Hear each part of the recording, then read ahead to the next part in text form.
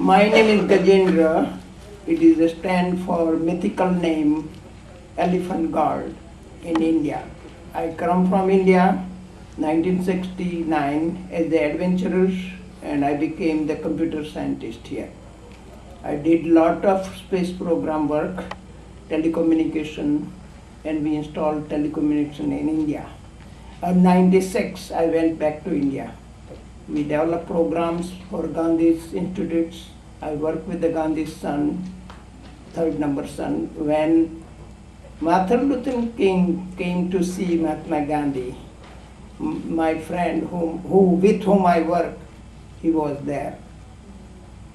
He says to him that you are looking for rights. We have a privilege to train our people 20 years, just like I did in South Africa. Mahatma Gandhi trained South Africa people of India who were immigrant there, which is called indentures. Those are the things, our work. We from India come here in 60s, gurus and all those things, hippie. Today somebody told me, you was hippie. I say, yes, I was hippie in India, so I came America just like American hippie came to India. I am here to assist people, not help, and not to make them entitlement product. So we develop self-sufficient project. This Gentle Catalyst Associate is nothing, no non-profit organization, no profit. Like myself and Rebecca and Barbara, Tanya, all you can contribute us. Where food is not leftover, it is a surplus. So we have no leftover. These are all food which we have extra after lunches, it is surplus. We are trying to reduce garbage, we reduce gas emissions, environment. We cannot talk about environment. So the individual, you all can assist us. Barbara and from St. Louis Park, Kathy, both are participating. Here is the Barbara's things. Today we help to feed children nutrition food. You are feeding children, and we will assist you. Here are the three people. I don't do nothing. I never did anything. Only I know how to talk and how to walk. And my mother taught me how to smile. My father taught me where to stand. John was going to be here. One of the daughter, which is added daughter, Sarah, her husband, who is a teacher, he is assisting us as the communication consultant. Why we share surplus food? Because we don't want to throw away. We don't want to create the obesity. We don't want to hand out. So people cannot be helpless. That is the reason this surplus should be shared. How we share? You can read, it doesn't have to waste. You strengthen the family because there are 5 types of single mother, single parents, 5 times. High school students who became parents. Children are producing children. What do we do with them? So we are helping them to feed them, and afterward you saw some paper, they will start writing. They have to write. So that is something strengthening the family. People assist people. You are assisting us, we are assisting. To the people, right place, right time, right people. One day I was teaching in high school. I was teaching yoga. Social yoga, physical yoga, mental yoga. And then I met Sandra, which is Hopkins High School cafeteria manager. I said, what you do? She says, I throw away. I said, can you give me? She said, yeah. I say, I don't want you to extra spend money. We will give you money for the containers. So that is all elementary school, And junior highs and high school, we get the food. Barbara is so kind, Tanya is so kind, so learn to be kind and polite. 10 years ago, my son asked me to, I was in India, 96 I left, and when I came, he said, Daddy, you spend half life here, why don't you help here? I will walk and talk. Walking and talking connect people. And that is article, we wrote it for University of Minnesota, it is published 2003. You can see what happens. Bread comes, everybody throw away bread. We eat, 9 o'clock we buy the bread and we ate 5 days. But not, they say, oh, it's leftover, oh, it is leftover. It is not leftover, it is surplus. These are the places it is running. If you need more information, we will provide you. How we transport, this is the transportation cost, pay and cost, we provide cost. So you don't have to worry about extra cost. You will save the money because you don't have to throw away, so transportation won't be costing more. Now legal consideration. People all told me, oh, legally I cannot give. I said, it is not your problem, it is my problem. And here is the law. We will provide you all assistance. Now, my job is done.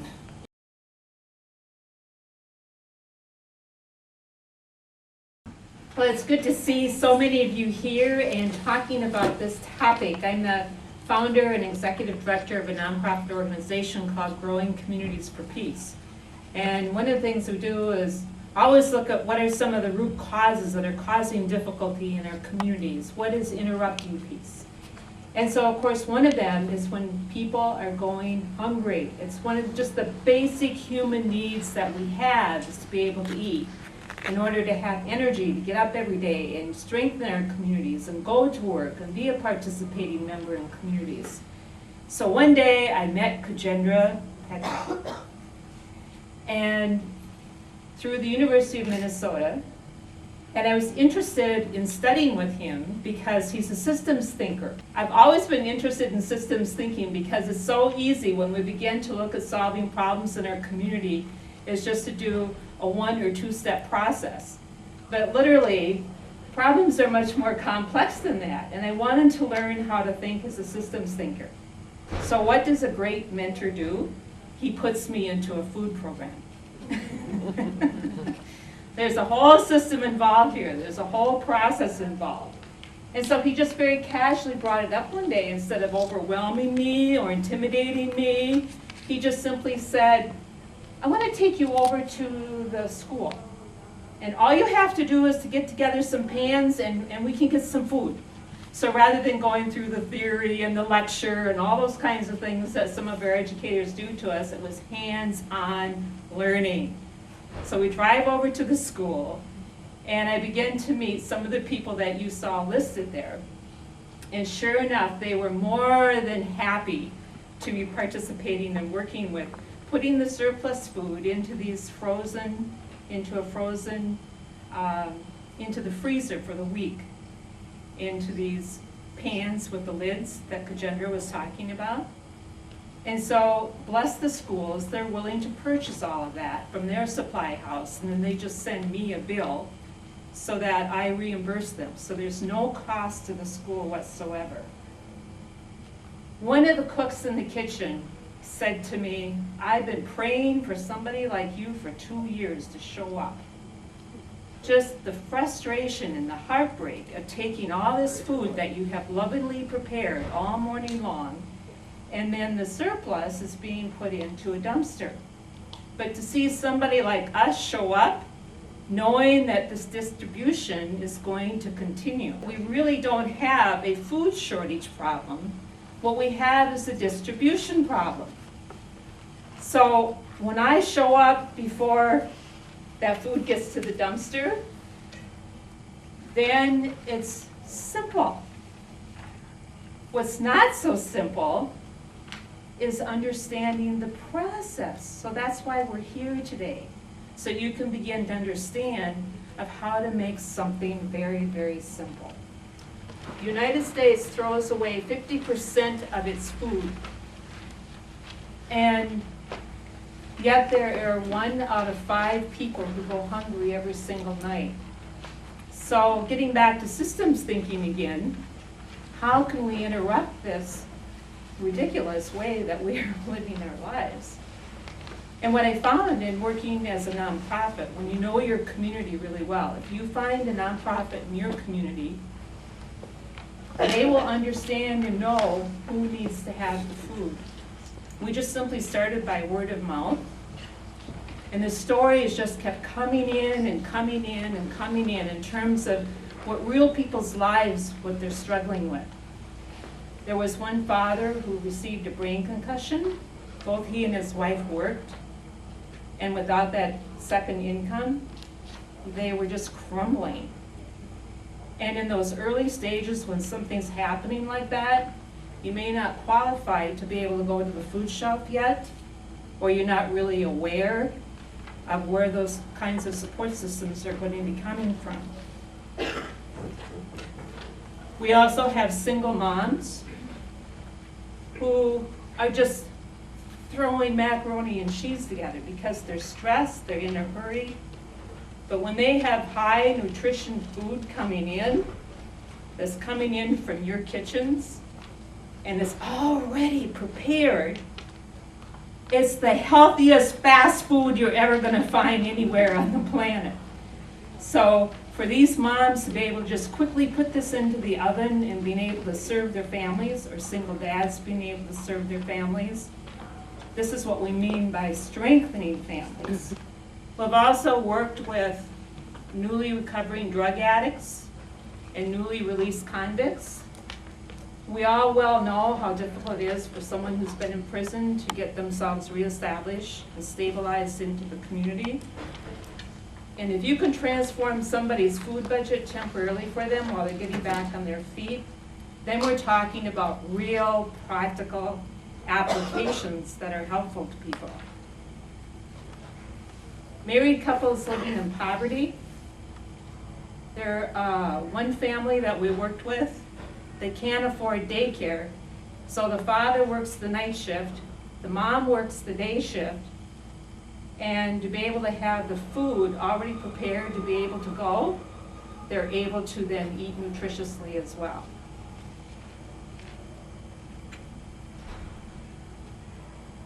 A lot of the after-school study programs that are serving immigrant populations, we learned that they didn't have a food budget. And so here these children are expected to come in and do their homework after school. And you know as well as the rest of us that when we came here today, it wasn't wonderful to have that snack waiting for us. Yeah, we're hungry at the end of the day. And so this helps the children being able to apply themselves, as well as some of them are able to take food back to their family. What we're talking about is also increasing literacy.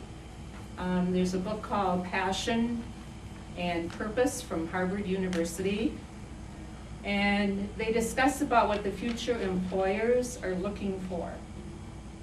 They're not so much concerned about having that 4.0 as much as they are concerned about students being able to ask good questions, but students who can write. All the employers are just screaming and saying, just teach them how to write.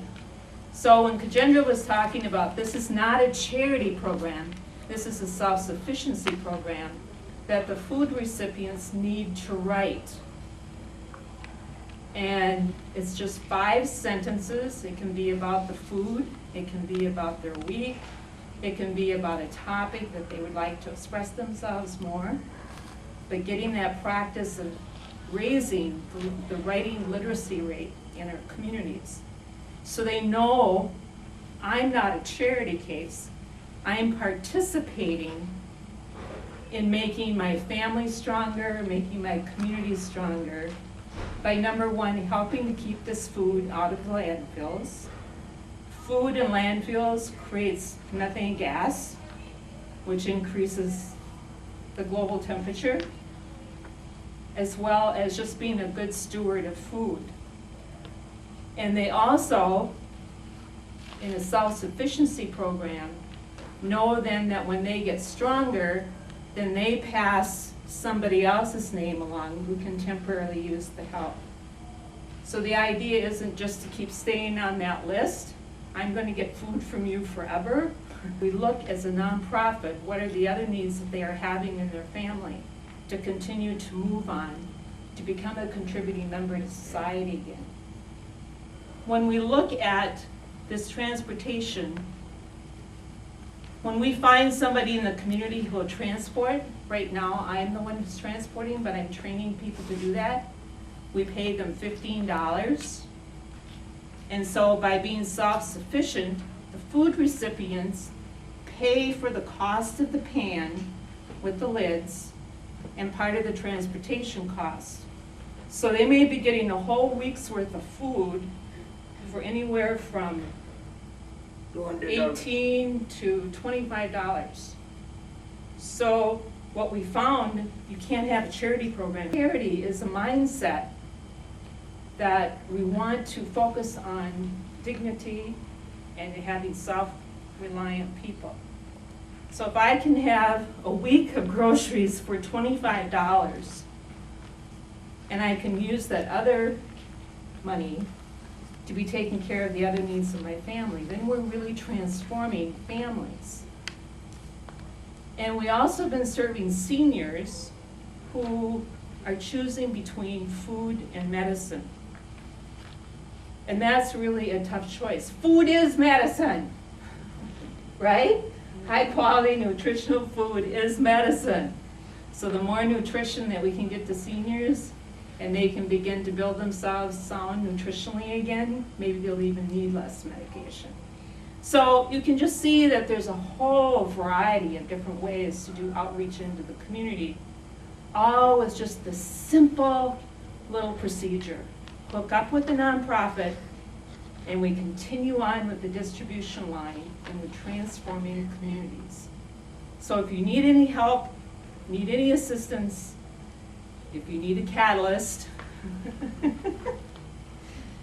that you can call myself or Kajendra, and we can do some more of the ins and outs with you so that you can get something started in your own community. Now you saw the present, what is happening. Future, this is the future. The place is important. If this place would have been not here, we would have not met here.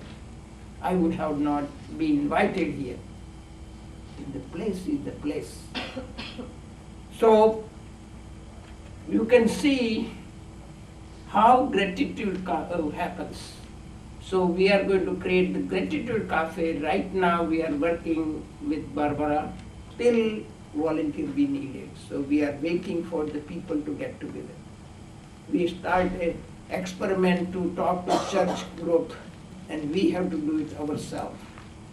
Only 1 hour, 2 hours, that kind of thing. So you can see you are the one who invited us, otherwise we would have not able to do anything. So all credit goes to you, not us. So please, thank you very much. And here is the Have a Wonderful Life.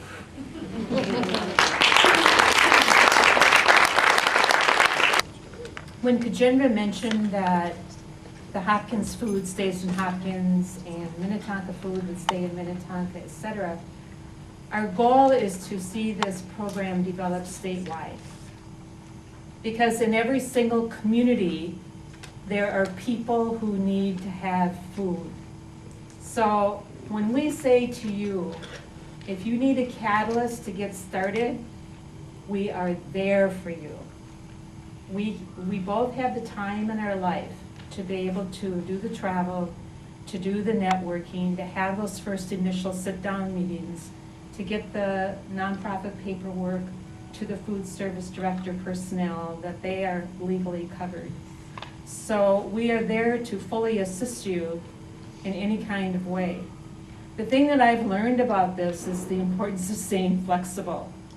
When I had my first woman in the community who, once I brought the food back, then she would take it.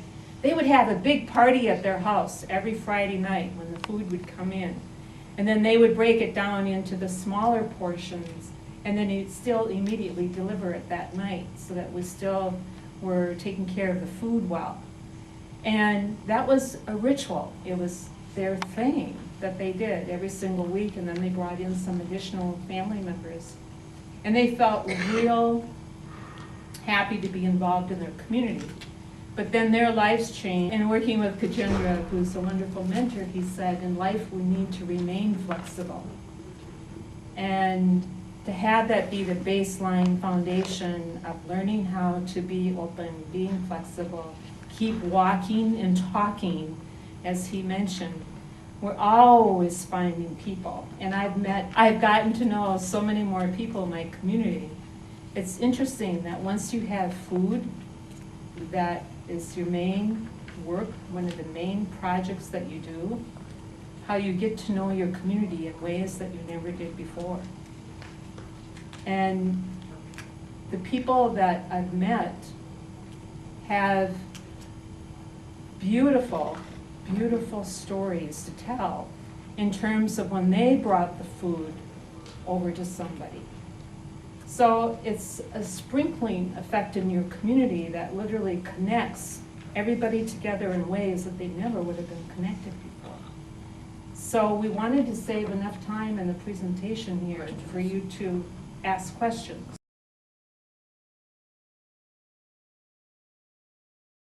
There are two types of things.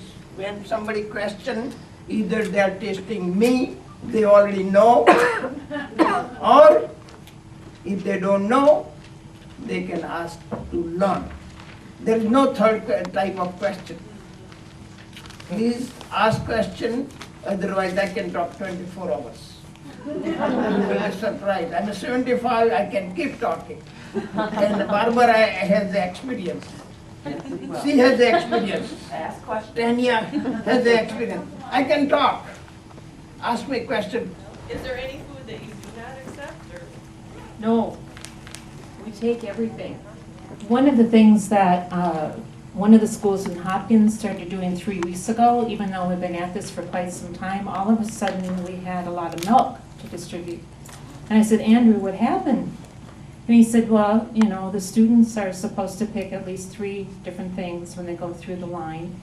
And some of them were not drinking their milk. They hadn't even opened it. It just went into the dumpster or the garbage can.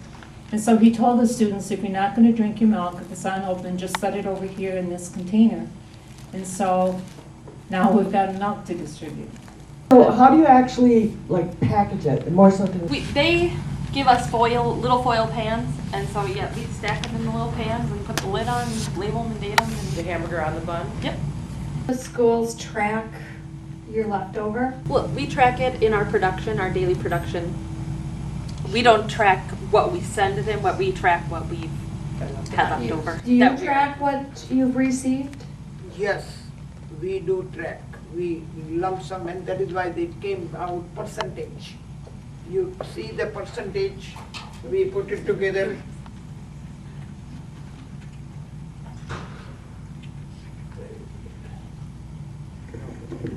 In St. Louis Park, as a nonprofit director, I sign a piece of paper that the staff has put together for me. It's a list of the different food items, and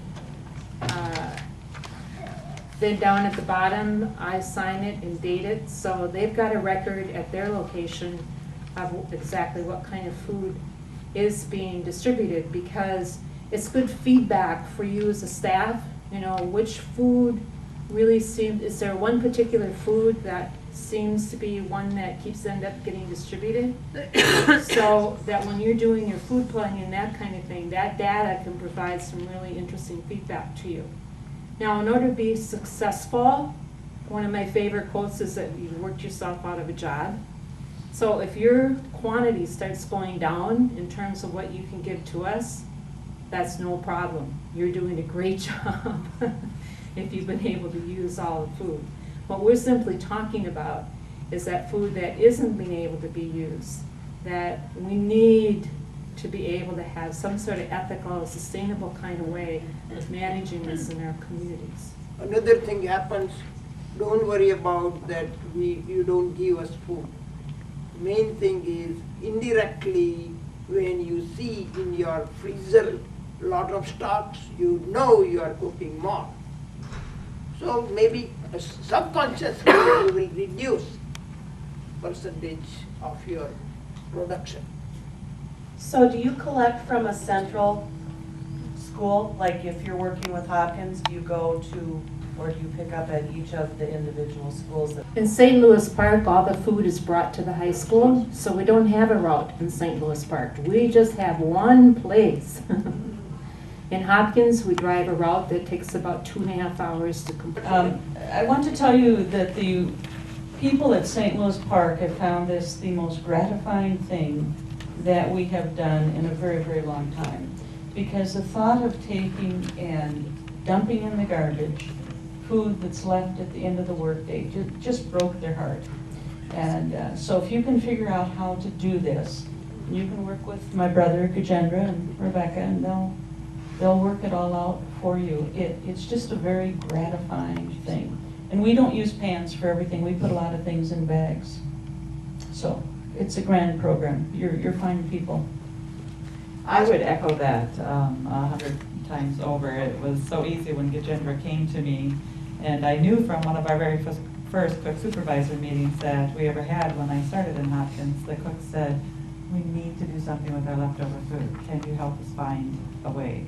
And I said, okay, that's something that we'll put on our list. And it wasn't too long after that when Gajendra walked through the door, and you know, as he said, he's kind of got a sharp accent. Once you get past that, you start to understand his dialect.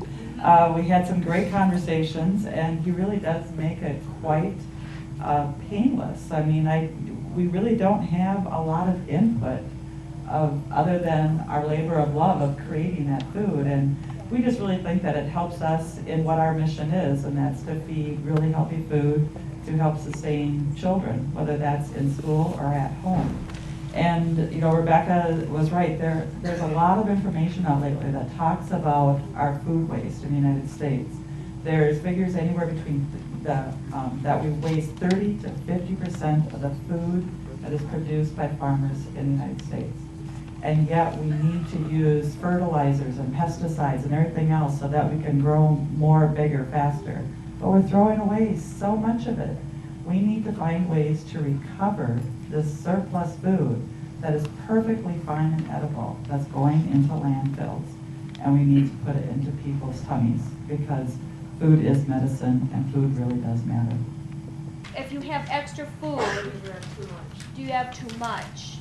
Occasionally that will happen. And is there a source that you go to with it? Because as a school is closing their cycle, they're cleaning out their freezers, they're starting from scratch, or the holidays have come and there's more food than for us to pick up. I will answer. What happens, that extra food, just like a dirty date center, they are ready to accept. It is for them, it is fished. So you go to a center? We give it to somebody can use it. It can be organization, family, doesn't matter. We don't throw away. The Dorothy Day Center feeds Yes. 230 families a day. So when I asked him, because one day I did bring a lot of food, and I said, is this too much? Can you use it? And he says, believe me, we can use everything that you can bring here. And I did learn when I went down to the homeless shelter that they have a program there. They have different tiers of involvement. There are some people who are temporarily homeless and they're involved in a program working their way back to employment, rather than thinking of the homeless person as the wino in the gutter on the street kind of thing. So depending upon those different levels, they have some people in transitional housing. And so then the food can also go into a transitional housing project to, again, reduce that food budget. They're on their way now.